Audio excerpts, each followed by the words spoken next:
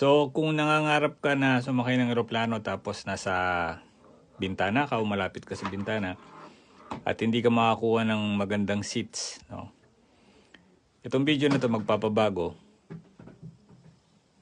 sa gusto mong upuan sa loob ng eroplano. So, may nakita ko akong post mula dito sa Twitter, sa X, no? Ayan, mula kay Iyad. Sabi dito, all survivors were seated in the back of the plane according to the statistics. The chance of surviving crash increases in the further back of passenger seats.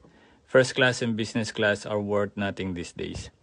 So according dito sa infographic, yung survival, rate of survival nila, yung 56% nandito. Nandito sa sa kulay pink. 49% itong green. Yellow-green. 69% itong nasa likod. Okay? So, kung di ka makaupo dyan sa una-unahan, huwag ka mag-alala.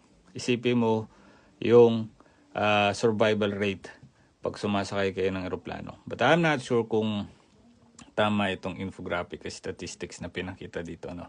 But just to give you some idea lang po.